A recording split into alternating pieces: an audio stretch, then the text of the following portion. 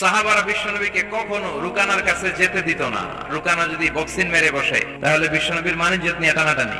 বিশ্বনবী একদিন ফজরের সালাত শেষে লুকিয়ে লুকিয়ে তিনি মক্কার সবচেয়ে বড় বক্সার রুকানার কাছে চলে গেল। যে বলল, রুকানা আসলিম তাসলাম, ইসলাম মানো শান্তিতে থাকবা, দুনিয়ায়ও থাকবা আখিরাতেও থাকবা। সুবহানাল্লাহ পড়ে। রুকানা বলে, না আব্দুল্লাহর বেটা মুহাম্মদ, আমি তো কালিমা পড়বো না। যদি বক্সিং খেলে আমারে হারাই দিতে পারো তাইলে কালিমা পড়ো। বিশ্বনবী বললেন, আমি তো বক্সিং খেলি না রে বাপ। রুকানা বলল, তাহলে আমিও কালিমা পড়ি না। বিশ্বনবী রাজি হলেন। অবশেষে ভাবলেন, আমি বক্সিং খেললে একজন যদি জাহান্নাম থেকে জান্নাতি হয়, বক্সিং খেললে সমস্যা করি। বিশ্বনবী রাজি হলেন। এবার বক্সিং খেলার পালা। রুকানা হাফ প্যান্ট পরে গায়ের মধ্যে জাইতুনের তেল মেখে এভাবে লাফাচ্ছে, পজিশন নেয় মারার জন্য প্রতিপক্ষকে। বিশ্বনবী তার পজিশন নেয় না, বিশ্বনবী দাঁড়িয়ে আছে। রুকানা বলল, মোহাম্মদ আমি লাফাচ্ছি, তুমি লাফাও না কেন? বিশ্বনবী বললেন, না আমি লাফাই না, কারণ আমি সেলাইবিহীন লুঙ্গি পরি। সেলাই ছাড়া লুঙ্গি পরে যদি কেউ লাফায় বাতাসে সতর খুলে যাওয়ার সম্ভাবনা আছে না নাই? কি লাজুক নবী ছিলেন। কেউ বিশ্বনবী লজ্জাস্থানে